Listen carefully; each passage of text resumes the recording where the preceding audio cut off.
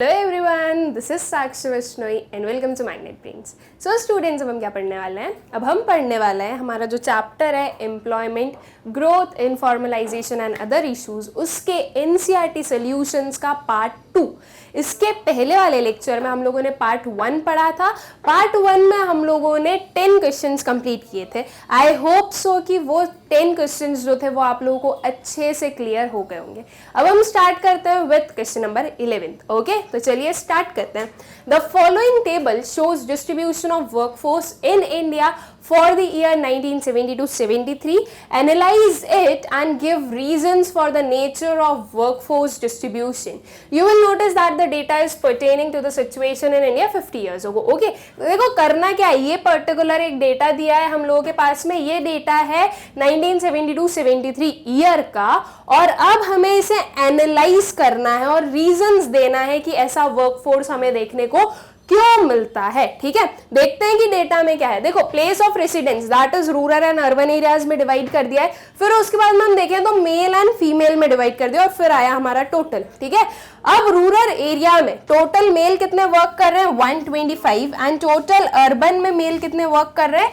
32 millions. ठीक है, और वही फीमेल में देखें तो 69 मिलियन जो है वो रूरल एरियाज में हम लोगों को देखने को मिलती है, एंड जो 7 मिलियन है वो हमें अर्बन एरियाज में देखने को मिलती है। ओके, तो इससे क्या एनालाइज कर रहे हैं कि रूरल एरियाज में ज्यादा लोग एम्प्लॉयड है, राइट, और रूरल एरियाज की जो फीमेल है वो ज्यादा एम्प्लॉयड है as compare to urban areas.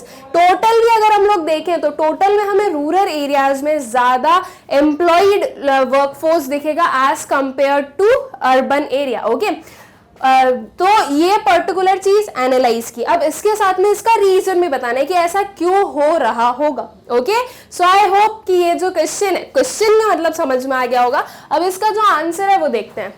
The total workforce in India in the year 1972-73 was 234 million. That includes 195 million workforce of rural and 39 million of the urban population. ठीक है, तो सबसे पहले तो हमने जो टोटल वर्कफोर्स है वो बताई कि टोटल कितनी है? 234 मिलियन है, उसमें से रूरल इतनी हो गई एंड अर्बन इतनी हो गई। This indicates a greater involvement of rural workforce comprising of 83% of total workforce as compared to 17% of urban workforce. ठीक है, तो इसमें बिल्कुल ऑब्वियस सी चीज, और बिल्कुल हम लोग बहुत ही अच्छे से इस चीज को ऑब्जर्व कर सकते हैं, देख सकते हैं कि रूरल एरियाज में ज्यादा जो लोग हैं वो एम्प्लॉयड है as compare to urban areas, right. Rural areas में आप लोग देखोगे कि 83% टोटल वर्कफोर्स का 83% जो है वर्कफोर्स वो रूरल एरियाज में हमें देखने को मिला, और सिर्फ जो 17% है वो अर्बन एरियाज में दिखा। ठीक है, This is because a majority of rural population was engaged in agriculture and allied activities. अब ये हुआ क्यों? इसके साथ में हमें रीजन भी बताना है।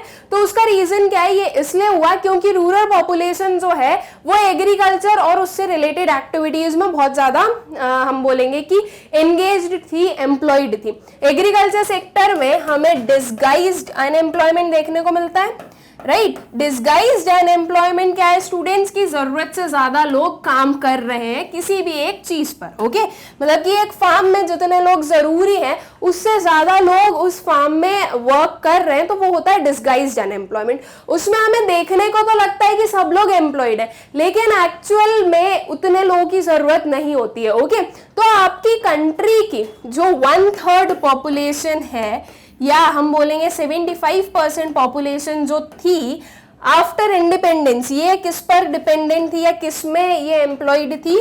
एग्रीकल्चर सेक्टर में, राइट।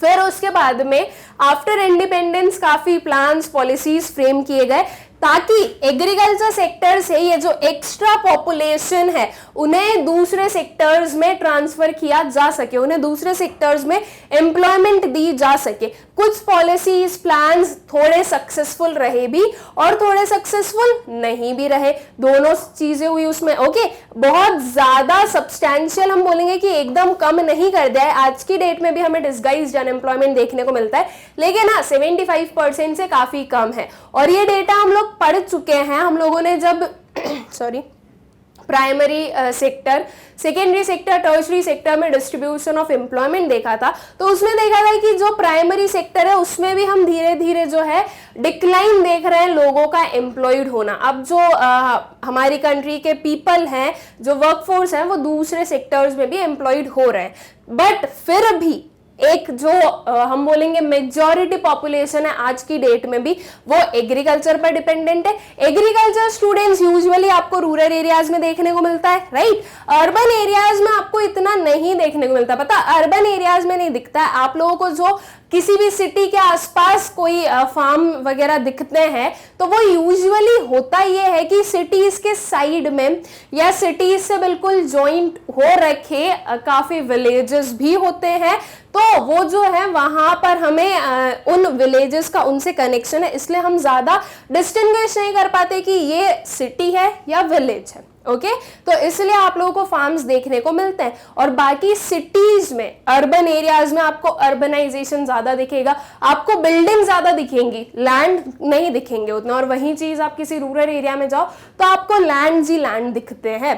तो ये जो सारी पॉपुलेशन है रूरल एरिया में, इतनी लार्ज पॉपुलेशन या इतना लार्ज प्रोपोर्शन ऑफ वर्कफोर्स क्यों देखने को मिला? Because of agriculture. Okay, I hope इतना आप लोगों को क्लियर होगा।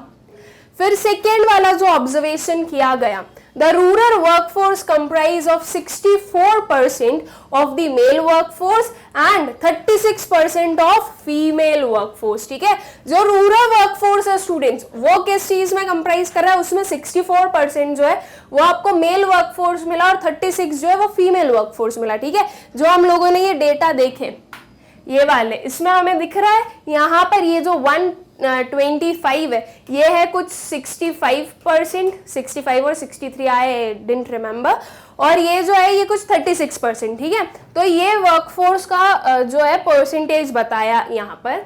On the contrast, the urban workforce comprise of about 82% of male workforce and 18% of female workforce। ठीक है, अब देखो जो है पूरा डिफरेंस हमें समझ में आएगा कि जो रूरल एरियाज हैं उनमें मेल कितने एम्प्लॉयड है? 64%। ठीक है, और अर्बन एरिया के मेल कितने हैं? 82%। अलग ही हमें समझ में आ रहा है कि अर्बन एरियाज में मेल वर्कफोर्स ज्यादा है as compare to female, right. जो 100% रूरल वर्कफोर्स और जो 100% अर्बन वर्कफोर्स है, उसमें से 82 ऑफ अर्बन एरिया मेल का है और 64 ऑफ रूरल एरिया मेन का है। ठीक है, वहीं अगर हम फीमेल या विमेन का बोले तो विमेन जो है रूरल एरियाज में हमें 36% देखने को मिल रही है और अर्बन एरियाज में कितनी? 18%। ये पर्टिकुलर जो डिफरेंस है आपके फीमेल एंगेजमेंट में, फीमेल एम्प्लॉयमेंट में, ये क्यों आता है स्टूडेंट्स?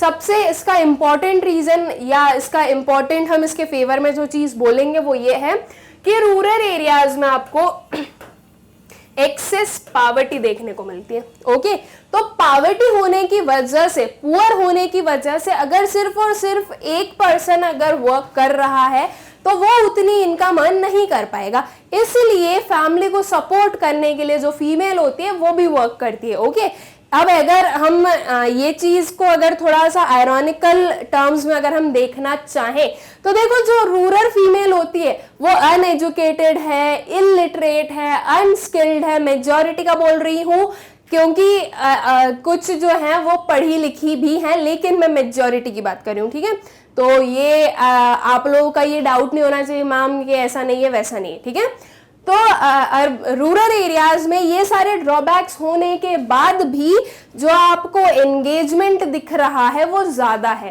रीजन क्या है उसका? Because of poverty. दूसरी चीज, एग्रीकल्चर सेक्टर डोमिनेंट है रूरल एरियाज में। एग्रीकल्चर सेक्टर में बहुत ज्यादा स्किल्स की जरूरत नहीं है, बहुत ज्यादा ट्रेनिंग की जरूरत नहीं है, आपको एकदम एक्सपर्ट होने की जरूरत नहीं है, कोई आपको गाइड कर रहा है, आप वर्क कर दो, हो जाएगा काम। एग्रीकल्चर सेक्टर में फिजिकल वर्क ज्यादा रिक्वायर्ड होता है और बाकी इतनी एक्सपीरियंस या स्किल्स की रिक्वायरमेंट नहीं होती है। ओके, तो इसलिए वहां पर जो फीमेल है वो ज्यादा एम्प्लॉयड दिखती है। वहीं अगर हम अर्बन में देखें तो अर्बन की जो फीमेल है वो मेजॉरिटी आप लोगों को एजुकेटेड मिलेंगी, स्किल्ड मिलेंगी, लेकिन फिर भी वो वर्क कम करती है।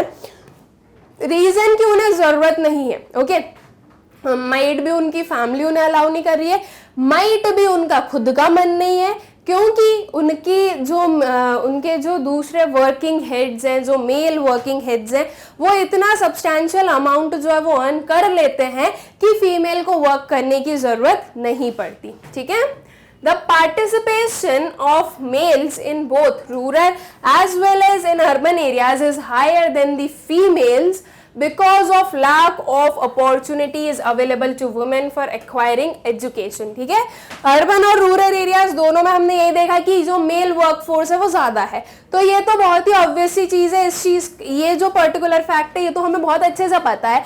आपकी कंट्री जो है वो थोड़ी हम बोलेंगे डेवलप हुई है, लेकिन स्टिल फुल डेवलपमेंट नहीं हुआ है। आज भी जो इंडिया है वो क्या है, मेल डोमिनेटेड सोसाइटी है।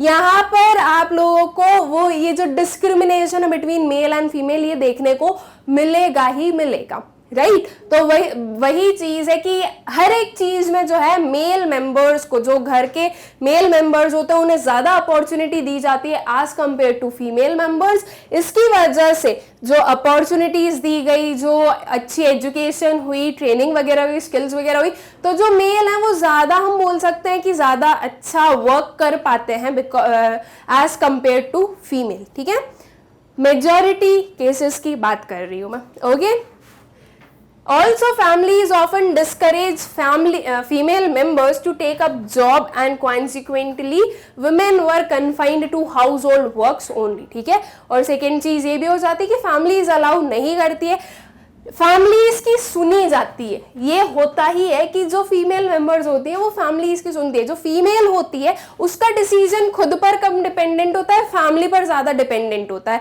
तो जब फैमिली की सुनी जा रही है, अगर फैमिली मना कर देंगी तो एक जो फीमेल है, एक जो विमेन है वो वर्क नहीं करेगी। सो अल्टीमेटली इसीलिए जो वर्कफोर्स है उसमें फीमेल का कंट्रीब्यूशन कम है या फीमेल का प्रपोर्शन कम है। Okay, because families allow usually नहीं करती है, बहुत रेयर केसेस है। ये रेयर केसेस यहाँ पर हमें देखने को मिले ना 18% में। ठीक है, और सेम वे यहाँ पर भी देखने को मिल रहा है। रूरल एरियाज में जो है इतना वो नहीं होता है, बिकॉज रूरल एरियाज में पावर्टी होती है। तो इस पावर्टी के चलते हुए जो यहाँ की फीमेल्स होती हैं वो वर्क करती है, लेकिन फिर वही बात है, वो वर्क भले ही कर रही है लेकिन क्या उनका अच्छे से डेवलपमेंट हो रहा है? नहीं ना। तो वो वर्क कर रही है, बिल्कुल हम बोलेंगे कि कैजुअल वर्कर्स हैं, मैनुअल वर्कर्स हैं, अनस्किल्ड वर्क कर रही हैं, तो उसमें उनका डेवलपमेंट कुछ नहीं हो रहा है। बस ये हो रहा है कि वो कुछ ना कुछ इनकम जनरेट कर पा रहे हैं। ओके, फिर आता है हमारा थर्ड वाला इसका analysis, comparing urban female workforce with that of rural female workforce, we can conclude that the females in the rural areas formed 36% of the workforce whereas the females in urban areas formed only 18%। ठीक है, अब जो है हम इस वाले point में जो रूरल और अर्बन फीमेल है उनका कंपैरिजन करें तो अर्बन कितनी है 18% और रूरल कितनी है 36%। In the rural areas, despite a majority of population was engaged in farming and allied activities, agriculture sector had low productivity. Consequently to the low productivity, rural people had low earnings that further led to widespread poverty in the rural areas। ठीक है, जो rural areas है उसमें आपको ज्यादा population, ज्यादा workforce दिखा। It means कि हम उस पर्टिकुलर चीज से क्या बोल सकते हैं कि रूरल एरियाज में ज्यादा लोग एम्प्लॉयड है, लेकिन एम्प्लॉयड कहाँ पर है? एग्रीकल्चर सेक्टर में, राइट। मेजॉरिटी वही है, थोड़े बहुत ही non farm sectors of employment जो है, नॉन फार्म जो ऑप्शंस है वो चूज किए जाते हैं। तो यूजुअली किस पर डिपेंडेंट है? एग्रीकल्चर पर। ओके, सो अब जो एग्रीकल्चर सेक्टर है स्टूडेंट्स, वहां से बहुत ज्यादा प्रोडक्टिविटी तो मिली नहीं, राइट। एग्रीकल्चर सेक्टर में हमने बहुत ही स्लो ग्रोथ देखी है फ्रॉम इंडिपेंडेंस के बाद में। बिल्कुल भी मतलब हम बोलेंगे कि हमारा एग्रीकल्चर सेक्टर भी बिल्कुल स्टैग्नेंट था, मतलब रुका हुआ था।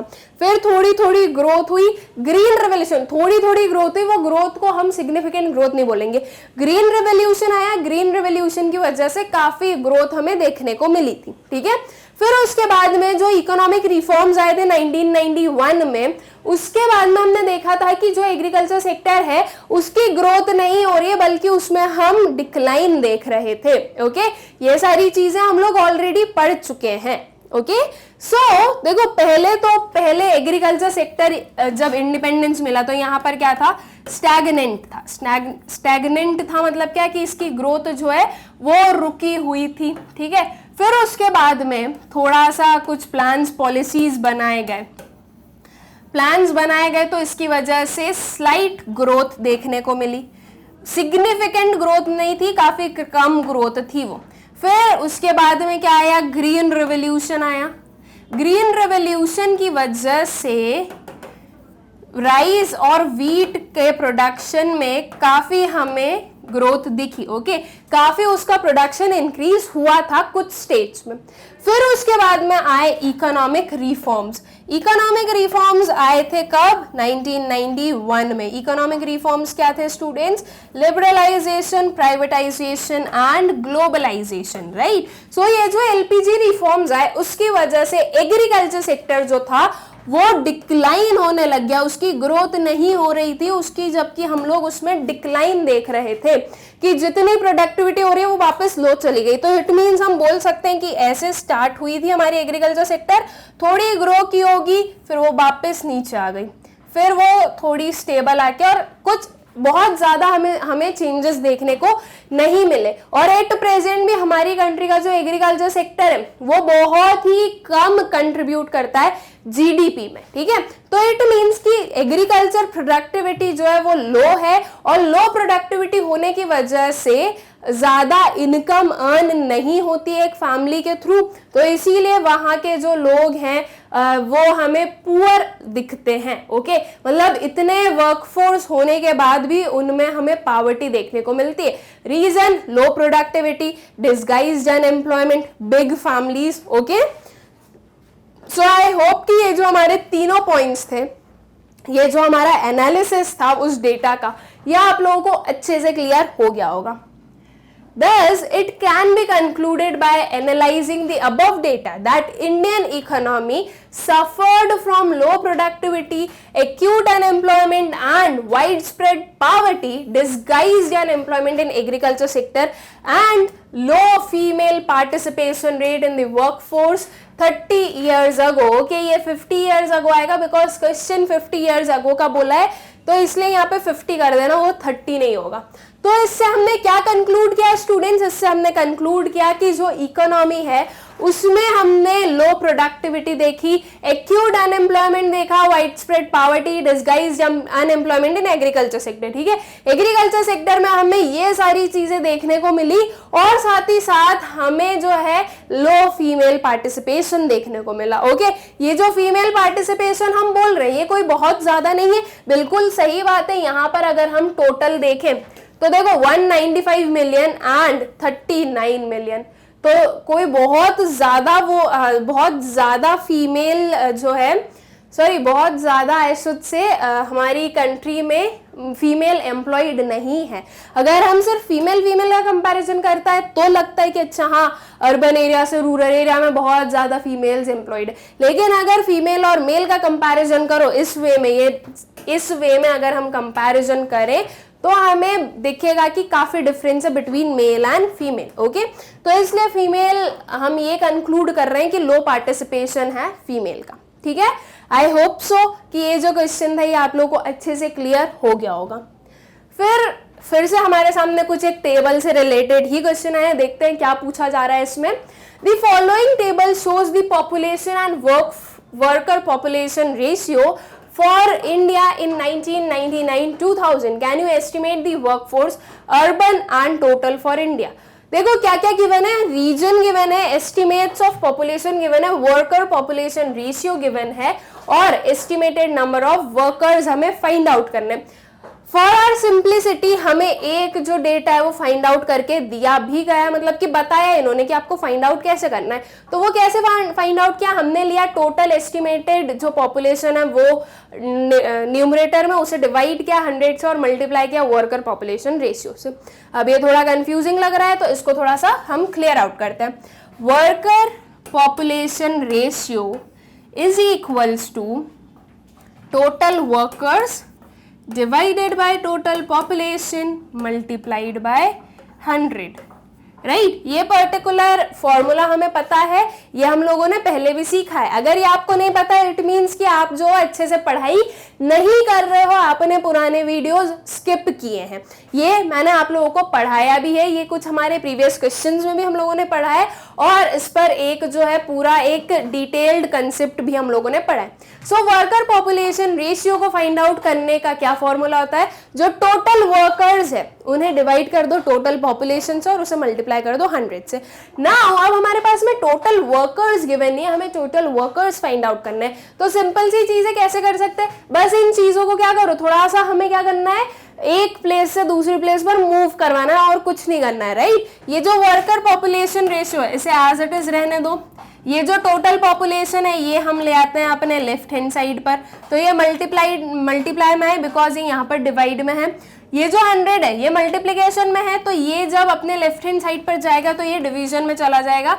ये हुआ divide by 100 is equals to क्या बचा हमारे राइट हैंड साइड में, टोटल वर्कर्स। ठीक है, देखो यही किया गया है। ये जो आपका हम बोले 71.88, ये क्या है, एस्टिमेट्स ऑफ पॉपुलेशन। ये जो एस्टिमेट्स ऑफ पॉपुलेशन और एस्टिमेटेड नंबर ऑफ वर्कर्स, ये टोटल पॉपुलेशन टोटल वर्कर्स ही होना है। तो 71.88, ये 71.88 हमने यहाँ पे लिखा, डिवाइडेड बाय 100 किया, this is what we have done, divided by 100 and multiplied by 41.9। Worker population ratio है 41.9, तो इसे मल्टीप्लाई कर दिया 41.9 से। तो हम जब इसे सॉल्व करेंगे तो हमारे पास में क्या आ जाएगा, टोटल वर्कर्स आ जाएंगे। ओके, सेम वे में हमें यहाँ पर भी करना है। क्या है हमारी जो एस्टिमेटेड पॉपुलेशन है, ये है 28.52, इसे डिवाइड करो 100 से और मल्टीप्लाई करो किससे, वर्कर पॉपुलेशन रेशियो से, दैट इज 33.7। तो हमारे पास में आ जाएगा टोटल वर्कर्स किसके, अर्बन एरिया के। अर्बन एरिया के पता चल गया, हमें बोला गया है अर्बन और टोटल जो है वो फाइंड आउट करना है। तो अर्बन पता चल गया, वैसे ही टोटल भी पता करना है। ओके, वही सेम चीज करेंगे। ये जो एस्टिमेट ऑफ पॉपुलेशन है 100.40, इसे डिवाइड किया 100 से और मल्टीप्लाई किया ये जो वर्कर पॉपुलेशन रेशियो है दैट इज 39.5 से। ठीक है, तो इसे सॉल्व कर जो आएगा वो भी हमारा क्या आ जाएगा, total estimated number of workers. ठीक है, पहले आया था urban estimated number of workers. ठीक है, आई होप कि आप लोगों को क्लियर हो गया होगा कि ये जो है हमने कैसे फाइंड आउट किया है। देखो इसमें न्यू कुछ नहीं था, ये आप ऑलरेडी पढ़ चुके हो, बस आपको क्या करना है, थोड़ा सा हमें right hand to left hand side जो है ये शिफ्टिंग करनी है और कुछ भी नहीं करना है। सो आई होप कि आप लोगों को इस पर्टिकुलर में कंफ्यूजन्स नहीं होंगे कि ये कैसे हुआ, या इसमें कुछ भी आप लोगों को ऐसा नहीं लग रहा होगा कि ये समथिंग न्यू आ गया है। ठीक है, तो अब इसके आंसर्स देख लेते हैं स्टूडेंट्स। देखो ये वाला तो जो है वो ऑलरेडी हम लोगों को करके ही दिया था, और इस क्वेश्चन की सबसे अच्छी चीज क्या थी कि एक जो है हमारे लिए सॉल्व करके दिया था, राइट। ये एग्जाम में नहीं होने वाला है। इफ यू थिंक कि एनसीईआरटी में हमें ये सॉल्व करके दे दें तो हमें एग्जाम में भी सॉल्व करके दे देंगे तो हमें कोई टेंशन ही नहीं है, तो ऐसा नहीं होने वाला है। एग्जाम में जो है इतना जो है आप लोगों को कोई भी आंसर जो है वो सॉल्व करके नहीं दिया जाएगा, अदरवाइज वो आपका एग्जाम कैसे होगा, राइट। ये तो सिर्फ आपको सिखाने के लिए यहाँ पे सॉल्व कर दिया था, तो आपको क्या करना है, आपको अच्छे से सीखना है उसे। सेम वे में अर्बन का हम लोगों ने फाइंड आउट किया, तो ये पर्टिकुलर चीज हमने यूज की थी, यही मैंने आप लोगों को बताया था। जब आप इसे सॉल्व किए स्टूडेंट्स तो आपके पास में आया 9.61124। ठीक है, और सेम जो है टोटल का भी आपने फाइंड आउट किया तो ये आ गया आपके पास में ऑप्शन। अब मैंने ना आप लोगों को कैलकुलेशन ऐसे करके नहीं बताइए, आई होप सो कैलकुलेशन आप लोग खुद कर लोगे। ठीक है, और नहीं भी कर पाओगे स्टूडेंट्स तो थोड़ी वो आपको सीखनी पड़ेगी, बिकॉज ये नॉर्मल डिवीजन मल्टीप्लिकेशन है।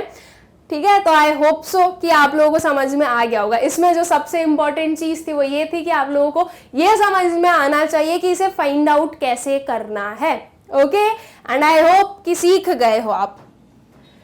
फिर the estimated number of workers in urban areas is this and total workforce in India is this. अब वो हम लोगों से पूछा गया था, एकदम बोला है कि अर्बन और टोटल बताओ, तो हमने उन्हें एक जो है डिफरेंट मतलब टेबल के अलावा भी बता दिया पूरा एक प्रॉपर रिटन फॉर्म में कि इतनी इतनी हुई है। ये सेम वही जो है वहां पर जो इक्वेशन लिखी वो यहाँ पे हम लोगों ने कॉपी की और उसका आंसर कॉपी कर दिया। तो डबल डबल नहीं करना है, जो ऊपर आपने टेबल में लिख कर आए हो वही यहाँ पर आप लोगों को करना है। ओके, फिर आता है हमारा next question, why are regular salaried employees more in urban areas than in rural areas. अब क्या क्वेश्चन पूछा गया कि जो रेगुलर सैलरीड एम्प्लॉइज हैं वो अर्बन एरियाज में ज्यादा क्यों है, रूरल एरियाज में कम क्यों है। ओके, रेगुलर सैलरीड एम्प्लॉइज के अलावा और कौन कौन से एम्प्लॉइज होते हैं, तो एक होते हैं हमारे casual employees, right, casual workers, casual employees, कुछ भी बोल सकते हो आप। जैसे आपने रेगुलर सैलरीड वर्कर्स को हम लोगों ने रेगुलर सैलरीड एम्प्लॉइज बोला है, वैसे ये कैजुअल एम्प्लॉइज हो जाएंगे। ओके, और एक और जो कैटेगरी होती है जिसमें कि हम लोगों को एम्प्लॉयमेंट दिखता है वो कौन सी है, वो है सेल्फ एम्प्लॉयमेंट, राइट। जो लोग खुद ही एम्प्लॉयड है, वो किसी के अंडर वर्क नहीं कर रहा, उन्होंने खुद के रिसोर्सेज यूज करके खुद एम्प्लॉयड है। ठीक है, तो ये तीन कैटेगरी हमें पता है। सेल्फ एम्प्लॉयमेंट का मतलब पता है कि हम खुद ही एम्प्लॉयड है।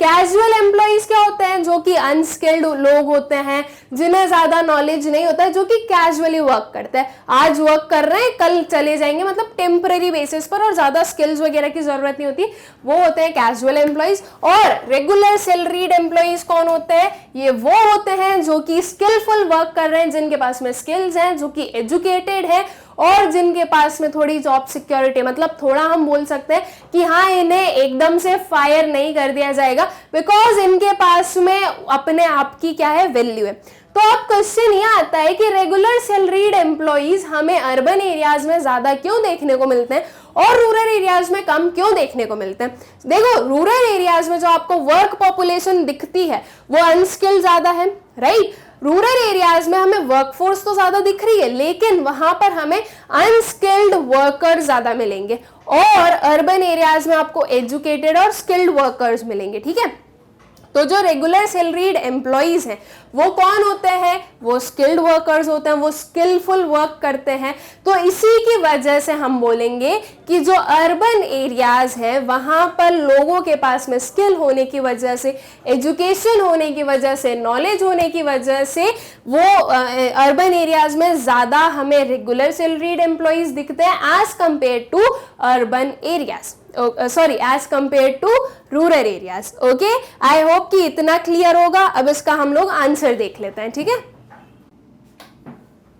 regular salaried employees are those hired workers who are on the permanent payrolls of their employers.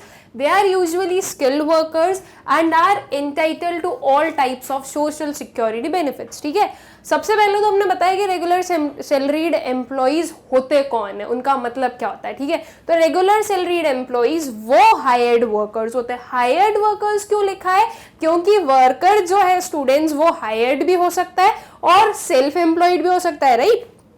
इसलिए यहाँ पर हमने हायर्ड जो टर्म है वो यूज किया है।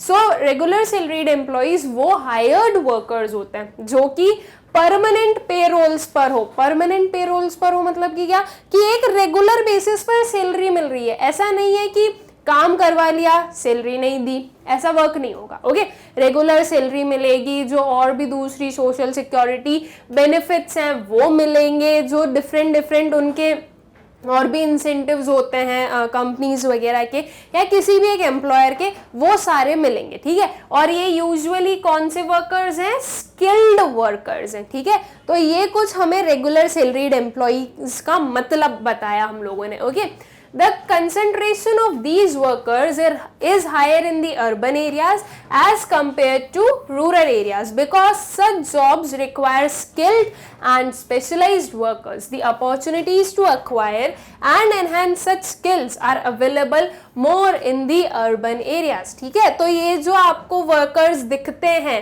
जो रेगुलर सैलरीड एम्प्लॉइज हैं वो ज्यादा कहाँ दिख रहे हैं, हमें अर्बन एरियाज में दिख रहे हैं as compare to rural areas.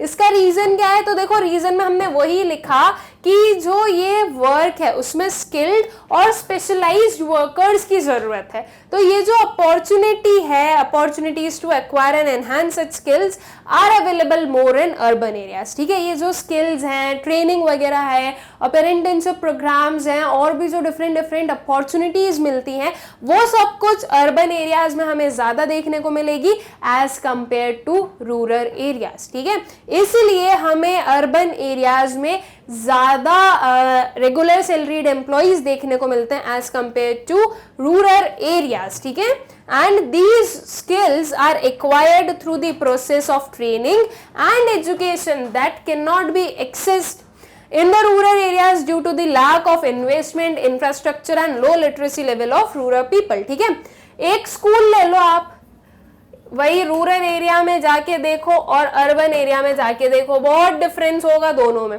ठीक है, रूरल एरियाज में आपको जो स्कूल दिखेंगे वो दिखेंगी बिल्कुल गवर्नमेंट स्कूल है, बहुत ही मुश्किल से प्राइवेट स्कूल देखने को मिलती है।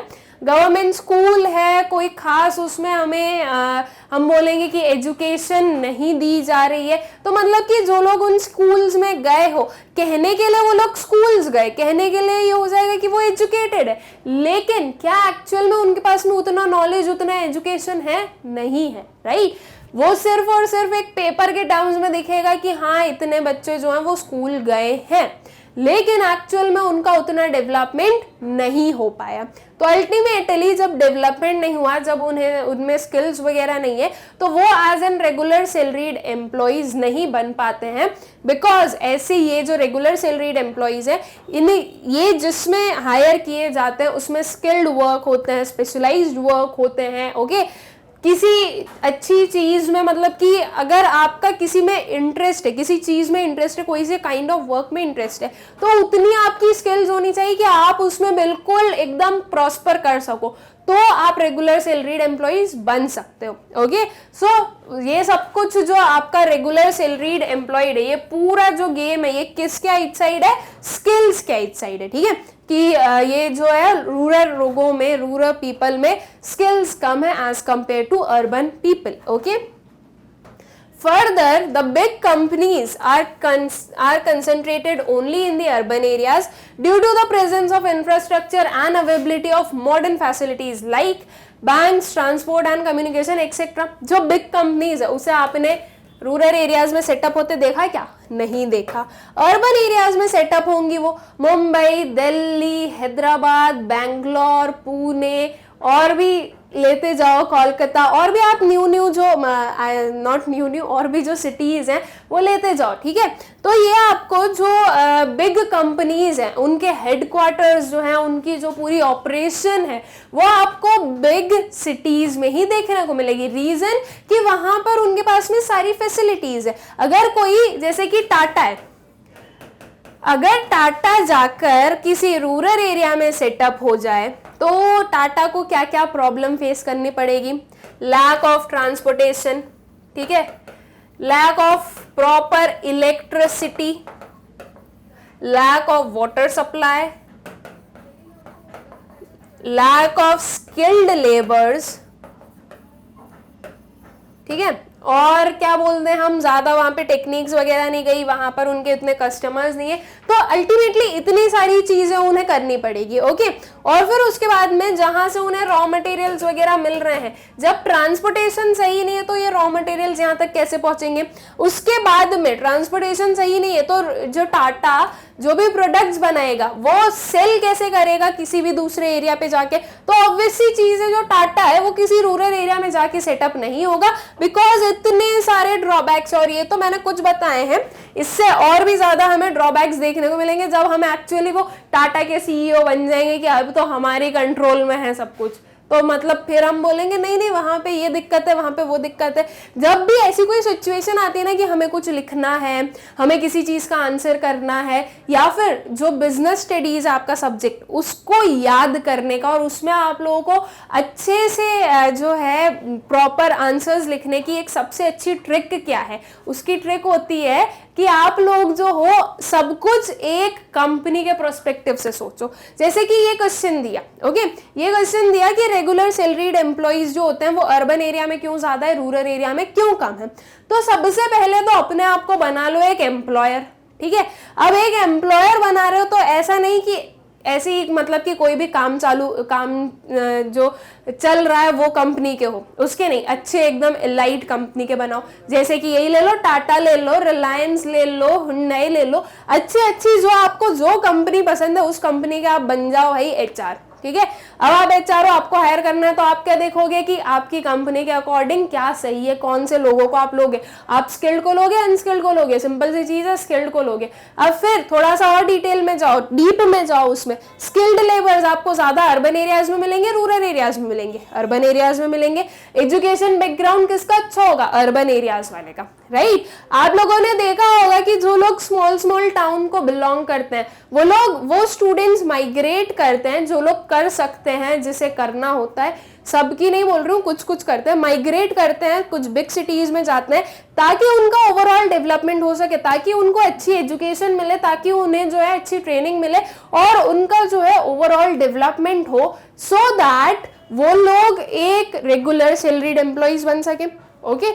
या फिर अगर वो खुद का भी बिजनेस सेटअप कर रहे हैं तो बहुत ही सक्सेसफुल बिजनेस जो है वो चला सके, तो उसके लिए नॉलेज की जरूरत होती है, राइट। तो बस आपको क्या बनना है, इसके एम्प्लॉयर बनना है और आपके आंसर्स अपने आप मिलेंगे।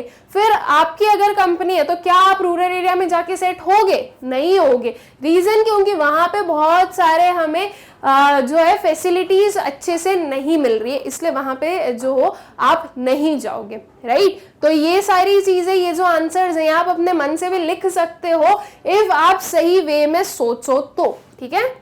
Therefore, the bulk of jobs for the regular salaried employees are concentrated more in urban areas, resulting in the increase of number of regular salaried employees. ठीक है, तो इसीलिए जो है ये कुछ रीजंस हैं कि बिग कंपनीज रूरल एरिया में नहीं जाएंगी और इन्हें क्या चाहिए, स्किल्ड लेबर चाहिए। स्किल्ड लेबर अर्बन एरियाज में हमें ज्यादा देखने को मिलते हैं और रूरल एरियाज से लोग इतने भी माइग्रेट करके इनके लिए नहीं आएंगे, बिकॉज बिग कंपनीज को स्किल्स चाहिए और रूरल पीपल के पास में स्किल नहीं है। तो इसलिए हमें अर्बन पीपल या अर्बन एरियाज में ज्यादा रेगुलर सैलरीड एम्प्लॉइज देखने को मिलते हैं, ओके। आई होप सो कि ये जो क्वेश्चन था ये आप लोगों को अच्छे से क्लियर हो गया होगा। फिर आता है हमारा next question, why are less women found in regular salaried employment. अब देखो, अब क्वेश्चन में क्या चेंज आया, अब सिर्फ और सिर्फ हम वुमेन की बात कर रहे हैं। कम विमेन क्यों हमें दिखती है रेगुलर सैलरीड एम्प्लॉयमेंट में, मतलब कि ये किससे कंपैरिजन हो गया, अब मेल से कंपैरिजन हो गया, राइट। कि आपको मेल ज्यादा क्यों दिखते हैं और फीमेल कम क्यों दिख रही है जब हम रेगुलर सैलरीड एम्प्लॉयमेंट की बात कर रहे हैं, तो क्यों ज्यादा फीमेल नहीं है उसमें। देखो रीजन वही आना है, जो आपकी कंट्री है स्टूडेंट्स, जो हमारी कंट्री है उसमें मेल एंड फीमेल आज की डेट में भी डिस्क्रिमिनेशन होता है। मेल जो है वो ऊपर ही रहेंगे, एजुकेशन ज्यादा अच्छा मेल का होगा, ट्रेनिंग ज्यादा अच्छी मेल की होगी, अपॉर्चुनिटीज ज्यादा अच्छी किसे प्रोवाइड की जाएगी, मेल को की जाएगी। फीमेल को क्या है, ठीक है, कुछ फैमिलीज में कुछ जगहों पे उनका भी बिल्कुल हम बोलेंगे इक्वालिटी है, लेकिन मेजॉरिटी प्लेसेस में क्या है, फीमेल के ऊपर इतना ध्यान नहीं दिया जाता कि उसकी एजुकेशन देखो या उसका और भी जो ओवरऑल डेवलपमेंट है उस पर ध्यान दिया जाए, ये नहीं होता है। तो अल्टीमेटली ज्यादा स्किल्स किस में हुई स्टूडेंट्स, मेल में हुई as compare to female, okay. तो कम स्किल्स होने की वजह से कम रेगुलर सैलरीड एम्प्लॉयमेंट हमें देखने को मिल रहा है, बिकॉज रेगुलर सैलरीड एम्प्लॉयमेंट में एक चीज ध्यान रखनी है और वो है स्किलफुल होना, ओके। एक्सपर्टाइज होना, उसमें स्पेशलाइजेशन होना किसी चीज में, किसी में एकदम आप ए ग्रेड के हो तो वो आपका स्किल्ड जो है हम बोलेंगे कि वो आपकी एक रेगुलर सैलरीड एम्प्लॉयमेंट बता रहा है, ठीक है। तो इसी वजह से आपको मेल में ज्यादा रेगुलर सैलरीड एम्प्लॉयज दिखते हैं as compare to female, because of skill का जो डिफरेंस दिख रहा है हमें, ओके। एजुकेशन का जो डिफरेंस दिख रहा है, मेल जो है वो ज्यादा एजुकेटेड है as compare to female, okay. So lesser women are found in regular salaried employment as compared to men because a larger proportion of women are engaged in the economic activities without stable contracts and steady income.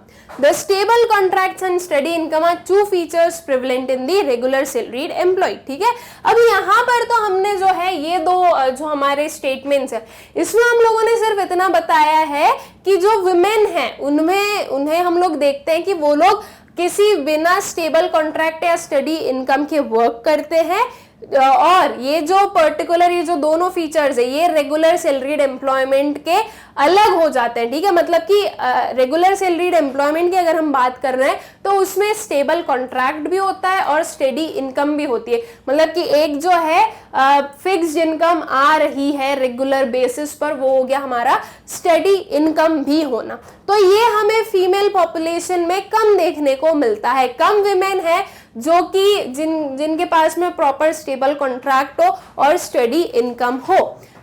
Women are engaged in informal sectors of the economy where they are not entitled to any social security benefits. Informal segments में ज्यादा work करती है. Informal and formal segment दो होते हैं. ठीक है, formal sector में कौन वर्क कर रहा है? Regular salaried employees. ठीक है, और इनफॉर्मल में कौन वर्क कर रहा है? सो दैट इज जो हमारे कैजुअल वर्कर्स हैं. तो जब विमेन को हम बोल रहे हैं कि वो रेगुलर सैलरीड एम्प्लॉयमेंट में कम है तो सीधा सीधा मतलब क्या है कि वो इनफॉर्मल सेक्टर में ज्यादा वर्क करती है. ओके, ये सारे जो हम बोल रहे हैं स्टूडेंट्स, ये जो सब कुछ हम बोल रहे हैं ये हम ऑलरेडी इनके फैक्ट्स इनके फिगर्स के साथ में पढ़कर आ चुके हैं. अपने जो प्रीवियस इस चैप्टर में जो हम लोगों ने कंसेप्ट पढ़े थे उसमें एक पढ़ा था हमने डिस्ट्रीब्यूशन ऑफ एम्प्लॉयमेंट वाला. उसमें हम लोगों ने सारी चीजों के जो डेटा है वो देखे थे, जो फिगर्स है वो देखे थे. तो आई होप कि आप लोगों को वो क्लियर होंगे. Moreover, women work in more vulnerable situations than men and have lower bargaining power and consequently are paid less than male workforce. ठीक है, आई डोंट थिंक कि इसे कुछ एक्सप्लेन करने की जरूरत है, बिकॉज ये सिंपल सा समझ में आ रहा है हमें कि मेल के कंपैरिजन में फीमेल का क्या हो रहा है. हम बोलेंगे कि फीमेल का एक्सप्लॉयटेशन हो रहा है. मेल को अच्छी सैलरी दी जा रही है, फीमेल को उतनी अच्छी सैलरी नहीं दी जा रही है. फीमेल जो है वो बार्गेनिंग पावर में भी थोड़ी हम बोलेंगे कि कच्ची होती है. मतलब कि ऐसा नहीं है कि नहीं इतना उतना, वो फिर थोड़ा ऐसा हो गया कि वो मेल के कंपैरिजन में फीमेल को क्या हो रहा है, कम सैलरी पे की जाती है मोस्ट ऑफ द प्लेसेस में. Thus, the women workers are more likely to be found in the self-employment and casual work as compared to men rather than regular salaried employment. ठीक है, तो इसी की वजह से जो women workers हैं वो हमें self employment या फिर casual work में ज्यादा देखने को मिलती है अगर हम उसे कंपेयर करें men के साथ में. तो ठीक है, men जो है उसमें हमें रेगुलर सैलरीड एम्प्लॉयमेंट दिख रहा है, लेकिन मेन से जब हम कंपेयर कर रहे हैं तो फीमेल में रेगुलर सैलरीड एम्प्लॉयमेंट काफी कम हो जाता है. ठीक है, तो ये कुछ ड्रॉबैक्स हैं कि उन जो वुमेन है उनके साथ में मतलब पूरा एक हम बोलेंगे कि इक्वालिटी नहीं है, डिस्क्रिमिनेशन है, कम पे किया जा रहा है, जो वनरेबल हैं फीमेल ज़्यादा, तो इसकी वजह से वो लोग ज़्यादा प्रेफर कर रही हैं कि सेल्फ एम्प्लॉयमेंट या कैजुअल वर्क करें, और उन्हें रेगुलर सैलरीड वर्क उतना मिल भी नहीं पाता है. ओके, सो आई होप कि ये आप लोगों को क्लियर हो गया होगा स्टूडेंट्स. अब आते हैं हम अपने नेक्स्ट क्वेश्चन पर. Analyse the recent trends in sectoral distribution of workforce in India. हमें जो सेक्टोरल डिस्ट्रीब्यूशन है वर्कफोर्स का उसे एनालाइज करना है, उसके ट्रेंड्स को एनालाइज करना है. मतलब कि कब कौन सा बढ़ा कौन सा कम हुआ, ये जो ट्रेंड्स है उसे हमें एनालाइज करना है. ठीक है, तो सेक्टोरल जो हम बोल रहे हैं कि सेक्टोरल डिस्ट्रीब्यूशन से क्या मतलब है कि सेक्टर्स में कितना डिस्ट्रीब्यूशन है. सेक्टर्स क्या है आपकी इकोनॉमी के? प्राइमरी, सेकेंडरी, टर्सरी, 3 सेक्टर है. तो इन 3 सेक्टर में हमें बताना है, रीसेंट ट्रेंड्स बताना है. मतलब कि कुछ जो प्रीवियस डेटाज है उनको ध्यान रख के बताना है कि कौन सा पर्टिकुलर सेक्टर जो है उसमें हमें वर्कफोर्स जो है वो इंक्रीज होता हुआ दिख रहा है, किस में हमें डिक्रीज होता हुआ दिख रहा है, ये चीज हमें समझानी है. ठीक है, so the 3 major sectors of an economy, that is primary, secondary and tertiary, collectively are known as occupational structure of an economy. ठीक है, ये जो तीनों है इसे अगर हम कलेक्टिवली बात करें तो ये क्या कहलाते हैं? Occupational structure of an economy. एक occupational structure of an economy क्यों बोला जा रहा है, इसका रीजन क्या है? बिकॉज ये जो तीनों सेक्टर्स है इन्हीं में हमारी कंट्री का ऑक्यूपेशन है, और ऑक्यूपेशनल स्ट्रक्चर से हम बता रहे हैं कि कितना प्रपोर्शन ऑफ पॉपुलेशन किस पर्टिकुलर ऑक्यूपेशन में इन्वॉल्व है, एंगेज्ड है। ठीक है, तो ये आपका मतलब कि प्राइमरी सेक्टर में कितने लोग हैं, सेकेंडरी में कितने लोग हैं, टर्शरी में कितने लोग हैं, तो ये एक ऑक्यूपेशनल स्ट्रक्चर शो कर रहा है। Okay, so the primary sector includes agriculture, forestry, fishing, mining, etc. The secondary sector consists of manufacturing and construction activities, and tertiary sector includes various services like transport, communication, trade, etc. ठीक है, तो starting में तो हमने बिल्कुल जो है तीनों का बताया कि कैसी कैसी एक्टिविटीज होती है। टर्शरी सेक्टर में तो बिल्कुल हमें स्पेसिफिकली पता है कि क्या है, सर्विसेज है। सेकेंडरी सेक्टर में मैन्युफैक्चरिंग और कंस्ट्रक्शन से रिलेटेड जो वर्क है वो आ जाएगा, और जो आपका प्राइमरी सेक्टर है उसमें एग्रीकल्चर और जो ऐसे छोटे छोटे काम है, ठीक है, ये सब कुछ किस में आ जाएंगे, आपके प्राइमरी सेक्टर में आ जाएंगे। Okay, primary sector is the prime source of employment for the majority of the workers in India. बिल्कुल सही बात है, अभी तक हम लोग पढ़ के आ ही चुके हैं कि प्राइमरी सेक्टर में हमें सबसे ज्यादा वर्कफोर्स जो है वो देखने को मिलती है। इसका रीजन क्या है स्टूडेंट्स? प्राइमरी सेक्टर में एक जो डोमिनेंट वर्क है वो क्या है, एग्रीकल्चर, राइट। एग्रीकल्चर पर आज की डेट में भी आपकी कंट्री की मेजॉरिटी पॉपुलेशन डिपेंडेंट है। तो ऑब्वियस सी चीज है कि जब हम बोल रहे हैं मेजॉरिटी पॉपुलेशन डिपेंडेंट है, तो सिंपल सी चीज है कि ये जो है टोटल में कहाँ आएगा, प्राइमरी सेक्टर में, कि प्राइमरी सेक्टर में मेजॉरिटी पॉपुलेशन डिपेंडेंट है या मेजॉरिटी पॉपुलेशन एम्प्लॉयड है।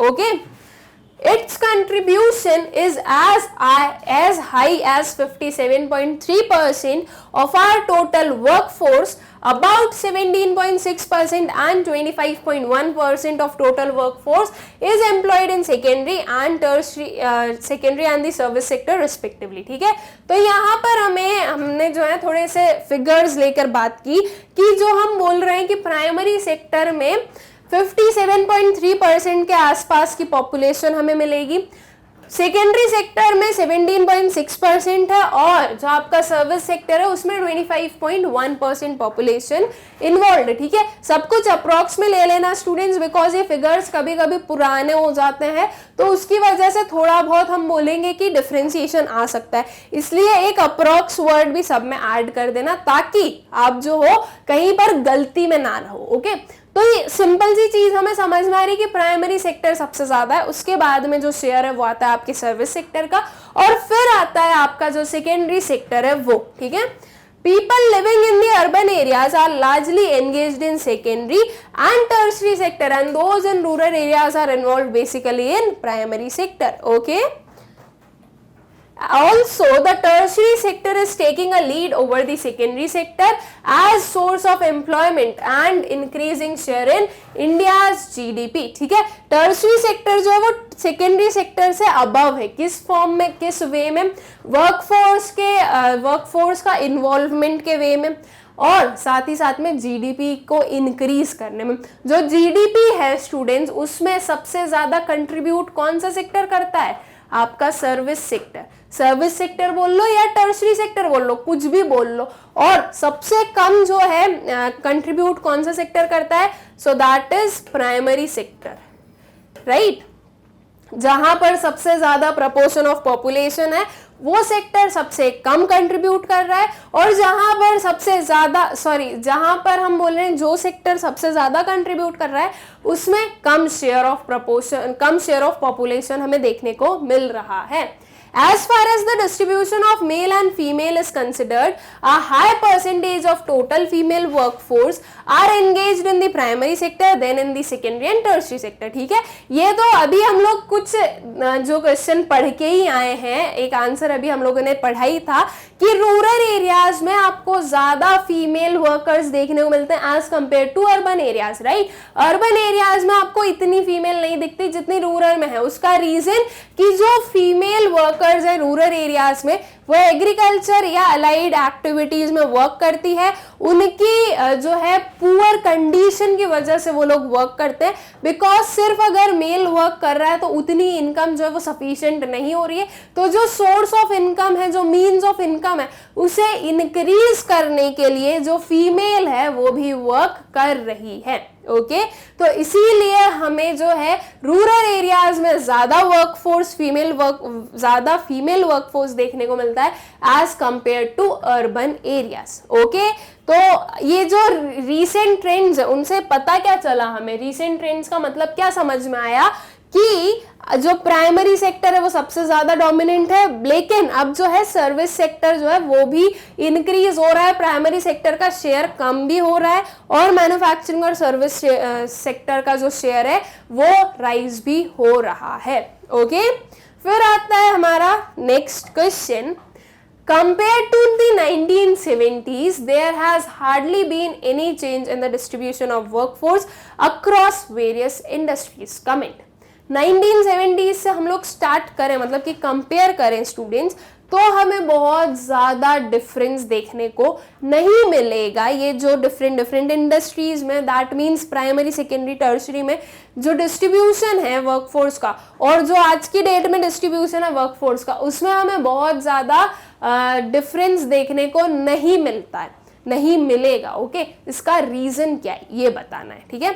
मतलब कि 1970 में भी आपका जो प्राइमरी सेक्टर है, जो एग्रीकल्चर सेक्टर है, वो डोमिनेंट था, आज भी डोमिनेंट वही है, ये बहुत ज्यादा चेंजेस नहीं हुए हैं। चेंजेस हुए भी हैं तो कुछ 10-20% के चेंजेस हुए, बहुत ज्यादा चेंजेस नहीं हुए, तो इसका रीजन हमें बताना है। ओके तो चलिए इसके रीजन को हम लोग समझ लेते हैं और सिस्टमैटिकली लिखना सीख लेते हैं, ठीक। So India being an agrarian economy has majority of population dependent on the agriculture sector to earn their livelihood.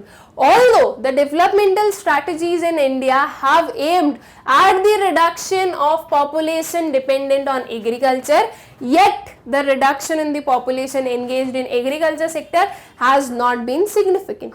From independence, okay जब से इंडिपेंडेंस मिला, इंडिपेंडेंस के पहले की भी बात करो, इंडिपेंडेंस के बाद की भी बात करो, तो एग्रीकल्चर सेक्टर सबसे ज्यादा हम बोलेंगे कि सबसे ज्यादा वर्कफोर्स आपको एग्रीकल्चर सेक्टर में देखने को मिलता है, राइट। एग्रीकल्चर सेक्टर हम बोलेंगे कि एक डोमिनेंट वर्क है, राइट। उस टाइम से लेकर डिफरेंट प्लान्स, पॉलिसीज फ्रेम किए गए ताकि जो एग्रीकल्चर सेक्टर है उस पर जो एक्स्ट्रा बर्डन है उस एक्स्ट्रा बर्डन को कम किया जाए और दूसरे सेक्टर्स में लोगों को काम दिया जाए ताकि दूसरे सेक्टर्स का भी डेवलपमेंट हो और लोगों का भी डेवलपमेंट हो, राइट। बिकॉज एग्रीकल्चर सेक्टर में डिस्गाइज्ड अनएम्प्लॉयमेंट बहुत ज्यादा, इट मीन्स कि जरूरत से ज्यादा लोग बहुत काम कर रहे हैं, तो अल्टीमेटली उसकी वजह से क्या हो रहा है कि अब जो एग्रीकल्चर सेक्टर है उसका शेयर कम करना जरूरी हो गया था, ठीक है।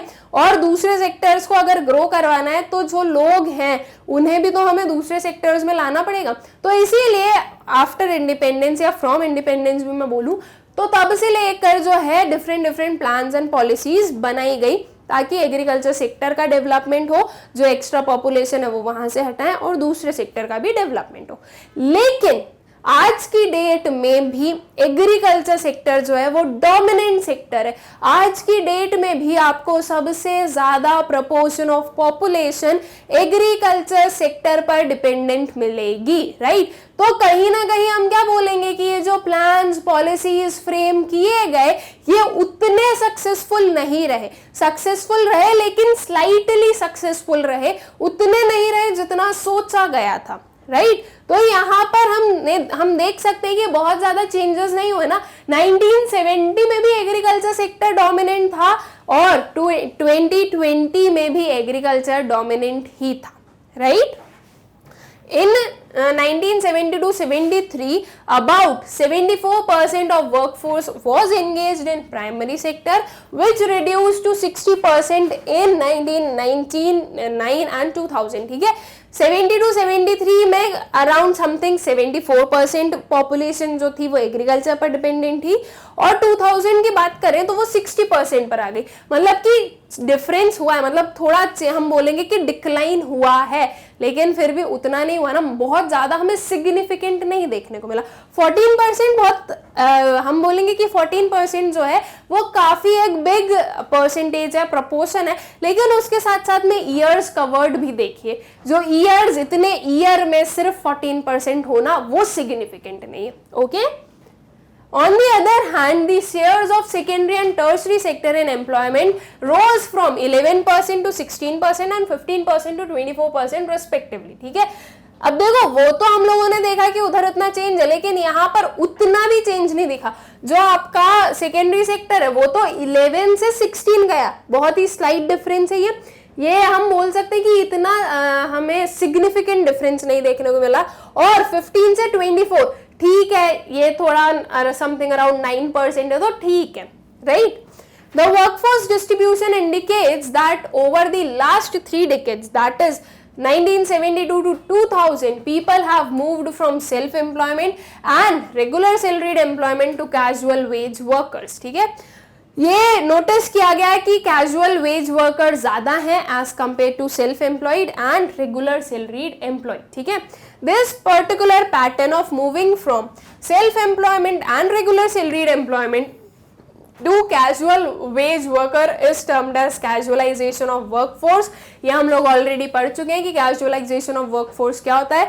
सो कैजुअलाइजेशन ऑफ वर्कफोर्स क्या है कि कैजुअल वर्क में ज्यादा लोगों का इन्वॉल्वमेंट होना, जो सेल्फ एम्प्लॉयड और कैजुअल जो सेल्फ एम्प्लॉयड और रेगुलर सैलरीड एम्प्लॉयड है उनका शिफ्ट होना कैजुअल वर्कर पर। ठीक है, thus it can be concluded that although changes in the distribution of workforce have taken place, yet industrial and tertiary sector need to increase their share in the workforce distribution by generating more employment opportunities and absorbing excess labor from the agriculture sector। ठीक है, तो change तो हुआ, ये तो हमें पता है, चेंज तो हुआ है। एग्रीकल्चर सेक्टर पर अब कोई 75% पॉपुलेशन डिपेंडेंट नहीं है, राइट, ये चेंज हुआ है, लेकिन ये जो चेंज हुआ है ये अभी भी सफिशिएंट नहीं है, राइट। जो एकदम जितना होना चाहिए था उतना नहीं हुआ ना। कितना टाइम हो गया हमें जो है इंडिपेंडेंस मिले हुए, बहुत टाइम हो चुका है। तो अब ये जो चेंज है ये काफी उसके कंपैरिजन में हम देखें, उन ईयर्स के कंपैरिजन में देखें तो ये जो चेंज है ये सिग्निफिकेंट नहीं है, ये काफी हम बोलेंगे कि स्लो चेंज है। इस चेंज के लिए, इस चेंज को हमें और बढ़ाना है। सर्विस सेक्टर और जो मैन्युफैक्चरिंग सेक्टर है, दैट इज सेकेंडरी और टर्शियरी सेक्टर जो है, उसमें हमें जो है एम्प्लॉयमेंट अपॉर्चुनिटीज इंक्रीज करना है, ताकि जो एग्रीकल्चर सेक्टर है उसमें से जो एक्सेस पॉपुलेशन है वो वहां पर एम्प्लॉयड हो सके। ओके, आई होप स्टूडेंट्स की ये क्वेश्चन आप लोगों को क्लियर हो चुका होगा, और ये जो सारे क्वेश्चंस पढ़े वो सारे आप लोगों को अच्छे से क्लियर हो गए होंगे। ओके, अब एक और चीज सीख लीजिए, आप लोगों को यूट्यूब पर प्लेलिस्ट फाइंड आउट करना, वीडियोस फाइंड आउट करना, इसमें प्रॉब्लम होती है, तो इसके लिए आपके पास में एक और ऑप्शन है, आप मैग्नेट ब्रेन्स की वेबसाइट से फाइंड आउट कर सकते हो ये सारी चीजें। ठीक है, करना कुछ नहीं, आप लोगों को गूगल ओपन करना है, गूगल पर आप लोगों को टाइप करना है magnetbrains.com और वो सर्च कीजिएगा। ठीक है,